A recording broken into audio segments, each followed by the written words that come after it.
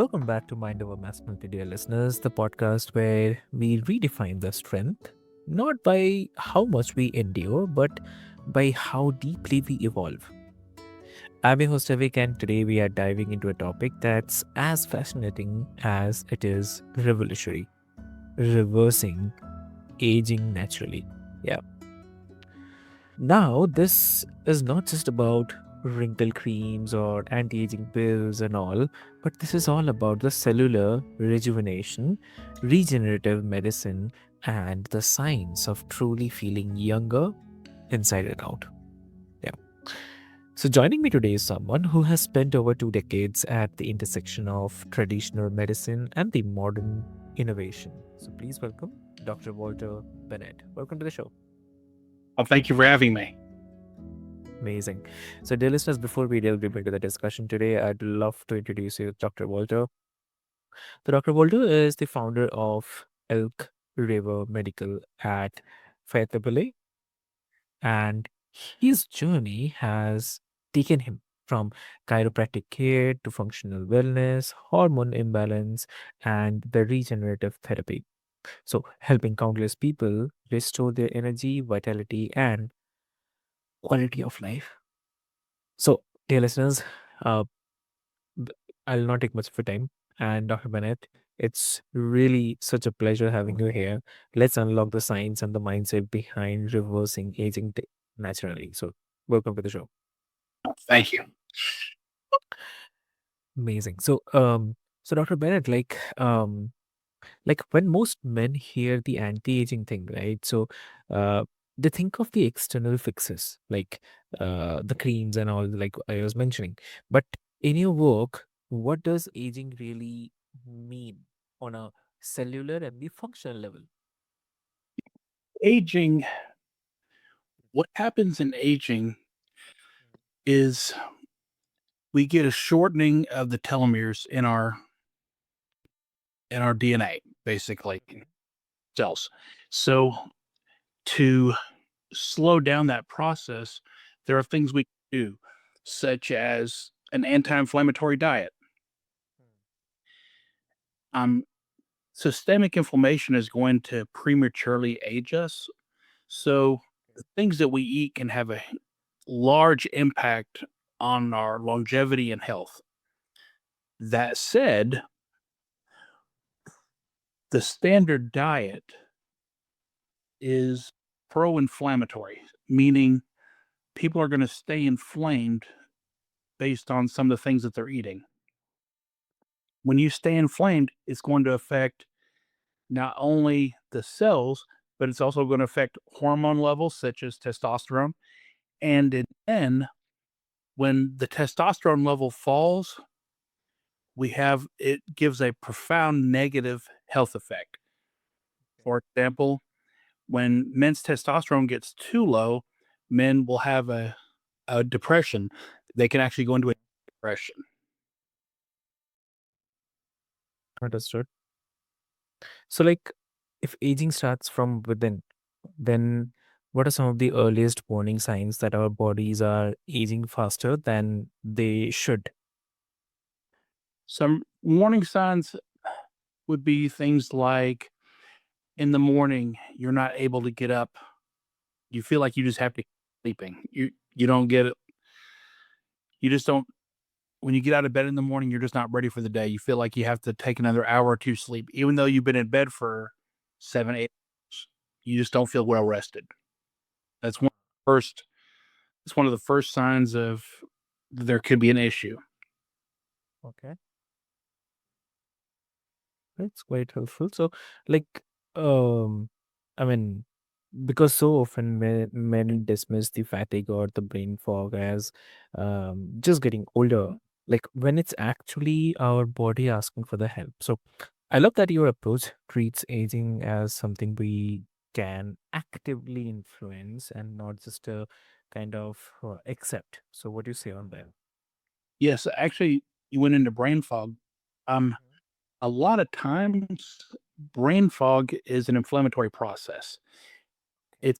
It it's I talk about how a pro-inflammatory diet can affect it, but there's many things that can affect it, such environmental stressors, uh, chemicals in the water. Are there particulates in the air, for example? If they're building a road next to where you may live, those when they blast and dynamite the rock and things away, that sends particulate into the air. When we breathe that in, that's an inflammatory process that can affect our health in the long term. As a matter of fact, they did a study on that, and they have found when particulate levels go over a certain amount, the residents are twice as likely to develop type 2 diabetes. Okay. Okay. And like regenerative medicine sounds like something from the future, like the stem cells, tissue repair, biological rejuvenation. Uh, can you break down, I mean, in simple terms, like how regenerative medicine works? Regenerative medicine is basically using your body's own cells Hmm. to help with a particular problem. Okay. For example, platelet rich plasma. We go into the blood and you have three types of cells. Hmm. You have red cells, white cells, and platelets.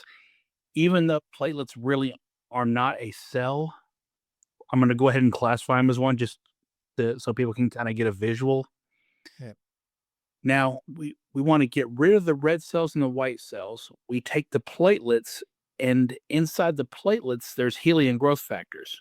So we can those platelets and put, for example, into your knee, and we can help regenerate that knee. Now, we can go farther if we need to and use something called stem cells. Now, stem cells are much stronger than PRP. Okay. There are two places that you can get live stem cells. One is from bone marrow, meaning you make a hole into the pelvis, go into the bone, and pull the marrow out. From that marrow, we can extract the stem cells. Okay. Those stem cells, again, you can put into the shoulder, you can put into the hips, you can put into the knees, and you can Hmm. help regenerate that cartilage and help with an arthritic joint. Now, the other place you can get live stem cells is from fat. Just straight use your standard abdominal fat. And it doesn't take that much fat, maybe 20 cc's, and Hmm. that gives enough stem cells to help regenerate an arthritic joint. Okay.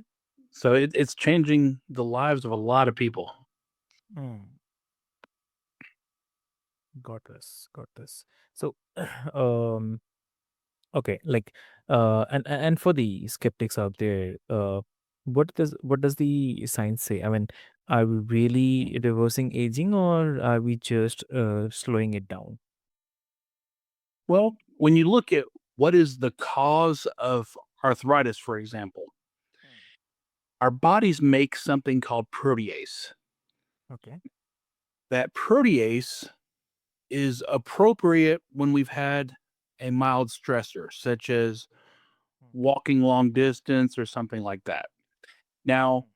when walking long distances every single day, or for example, people that work on concrete wearing bad shoes or some cases no shoes, what happens is the body will keep making that protease every day and it becomes a problem.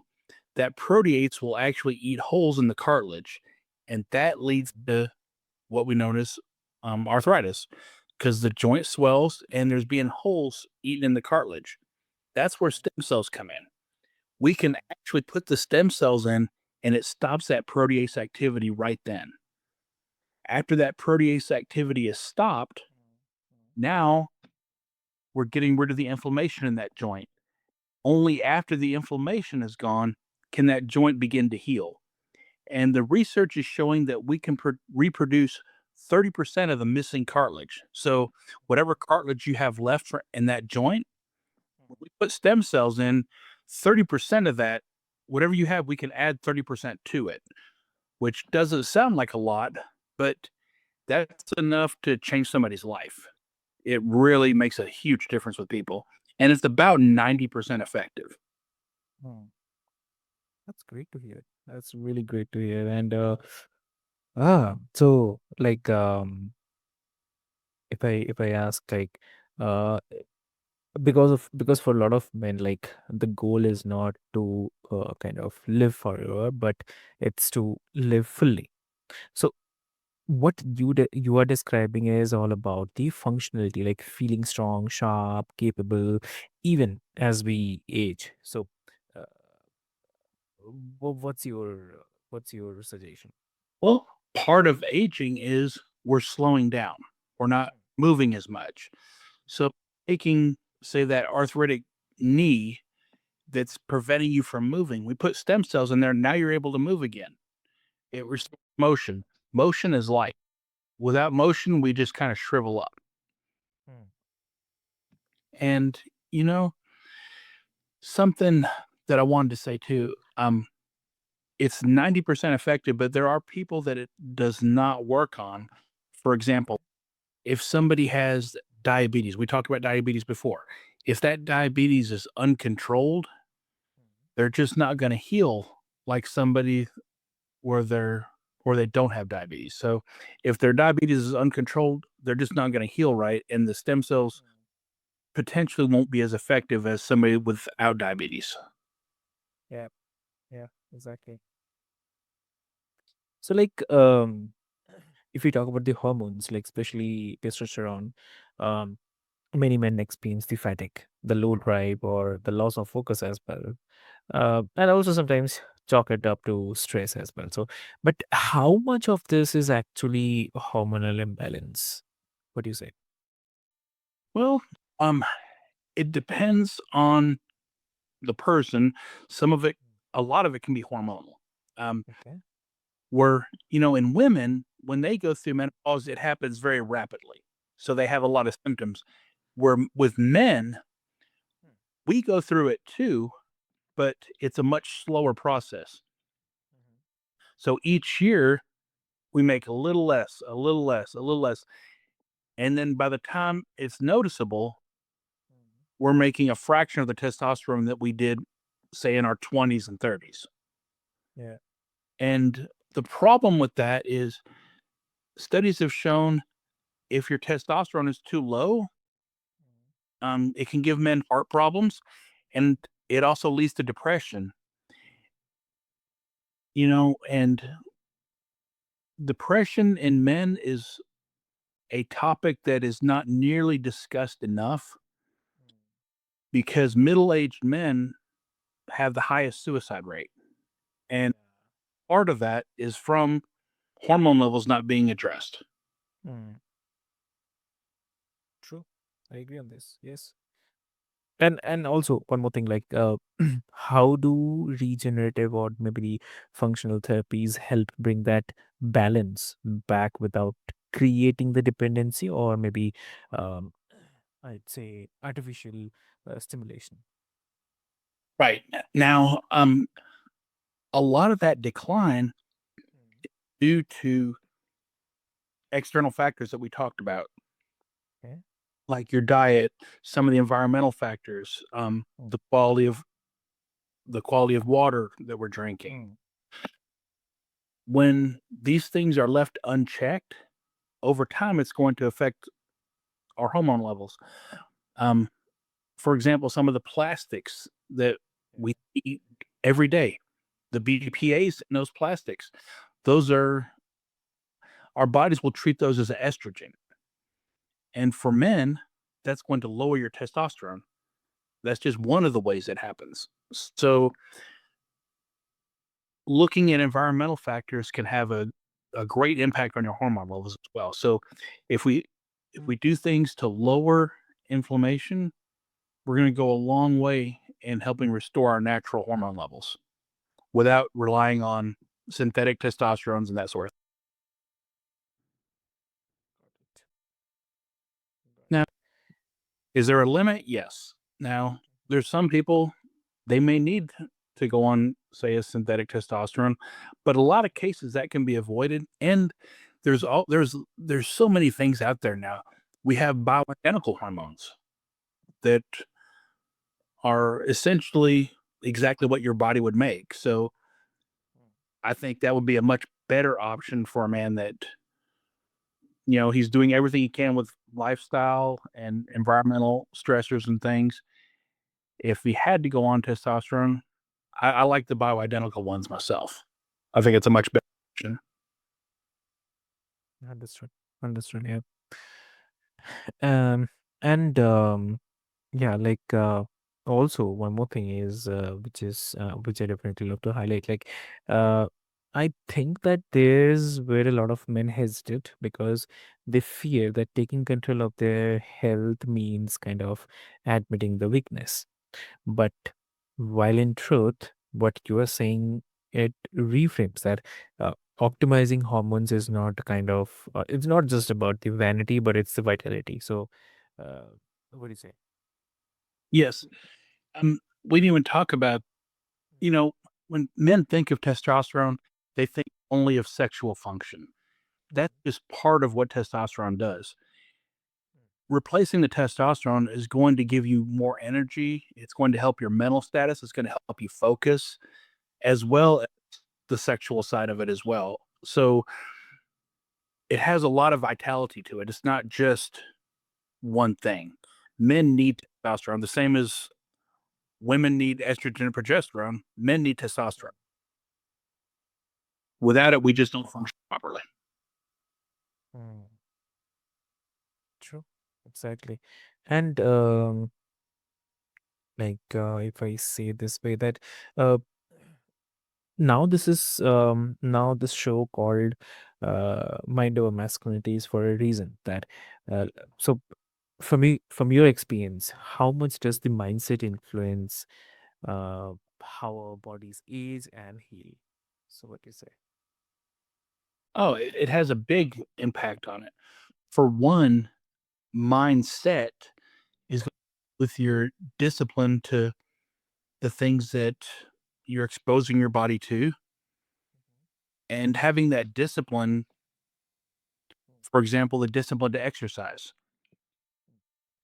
When when men exercise, that also will bring your testosterone level up, and it helps release endorphins and enkephalins and things that are just going to make you feel better.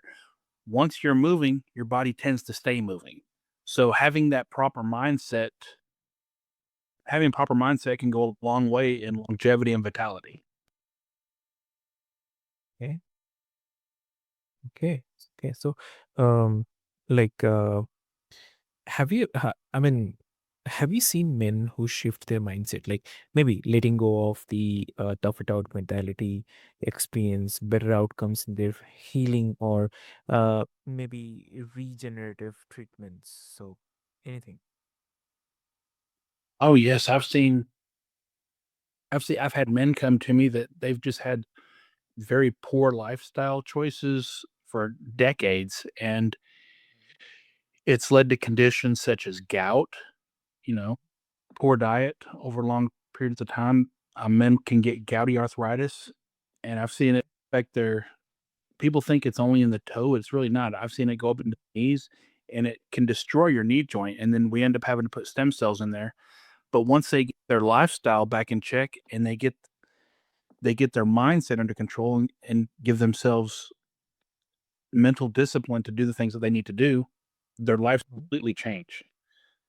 They're happier, they're healthier, and they just have a better quality of life. And longevity has become a buzzword these days, and biohacking, supplements, cryotherapy, fasting. But for the average man who's just juggling for the work, family, and the stress, what are the realistic first steps to start aging in reverse naturally? What do you say? Well, you know, it's funny you say that. I think something that every man can do Okay. is you don't have to go to extremes with some of the biohackers can go to extremes, but something everybody can do is intermittent fasting. If you limit yourself to a small eating window, Yeah. that helps stabilize a lot of your blood chemistry levels, and it helps with hormone levels, and it's it's a little difficult at first, but after you get used to it, people notice a big difference in their health just from that small change. Okay. So, intermittent fasting, I think, would be the number one.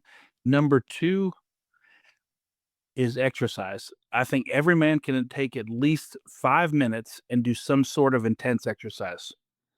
Even it, even if it's you start with 5 minutes, it's somewhere.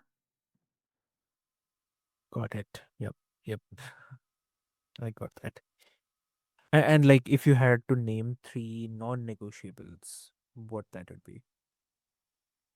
Three non-negotiables. Um, I think smoking is non-negotiable. If you want to have longevity, you can't smoke.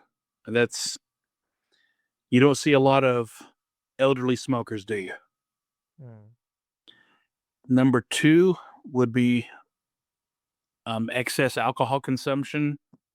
If you want longevity, I think smoking and drinking are the two biggest ones.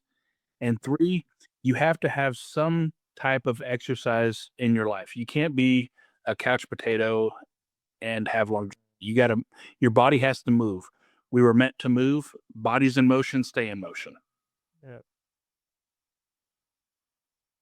Lovely. That's amazing. So, and also like, uh,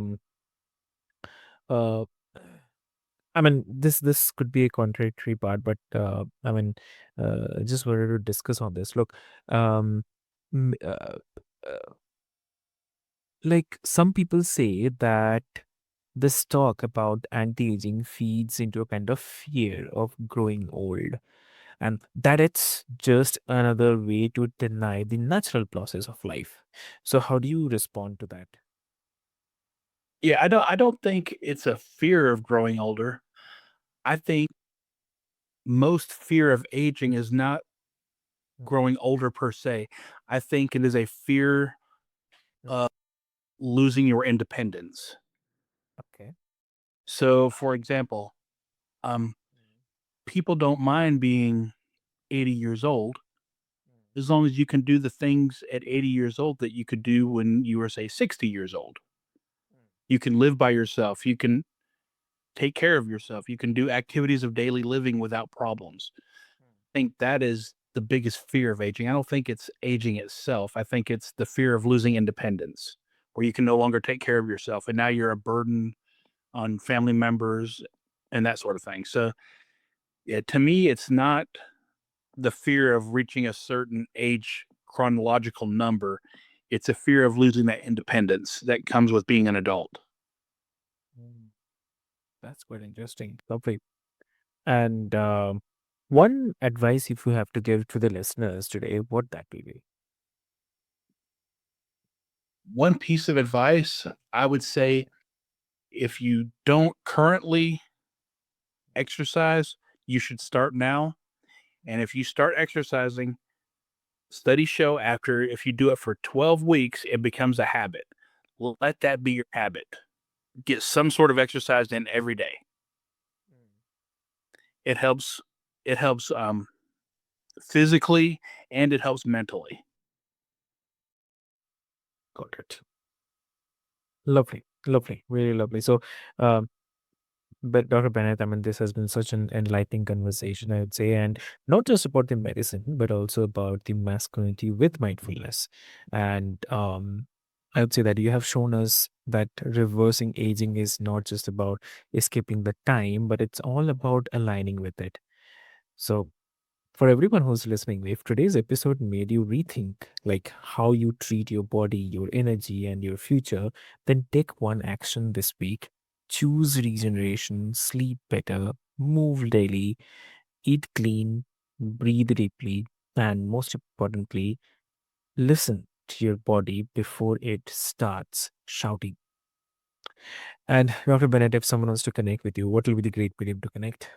You can reach me by email at walterbennett@gmail.com. Amazing. Love it. On the subject, they can say podcast. This way I'll know it's Hmm. a real person. Lovely. Yes, definitely. Definitely. So, dear listeners, what I'll do is I'll put all the links into the show notes for your easy reference. And with this hope, until next time, this is your host Avik, and this is Mind Over Masculinity. Stay strong, stay curious, and keep evolving. So, thank you so much.